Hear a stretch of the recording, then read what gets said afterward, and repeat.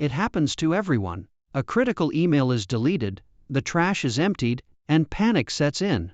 But as a Google Workspace admin, you have a secret weapon. You have exactly 25 days to recover deleted messages after they've been purged from the trash. Today I'll show you how to restore those emails directly to a user's inbox in just a few clicks. Log into your admin console and head to Users. Find the person who lost their data and click on their name to open their account profile. You don't need their password or access to their inbox to do this. Everything happens from your dashboard. Look for the Restore Data button. A window will pop up. First, select your date range. You can go back up to 25 days.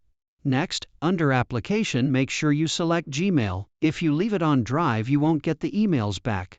Hit Restore, and Google will begin the process in the background. The emails won't appear instantly. Depending on how much data you're restoring, it can take anywhere from a few minutes to several days for very large accounts. The best part? The emails return to their original folders with their original timestamps. Crisis averted. Just remember, once that 25-day window closes, the data is gone for good unless you have Google Vault. Hit subscribe for more admin rescue tips.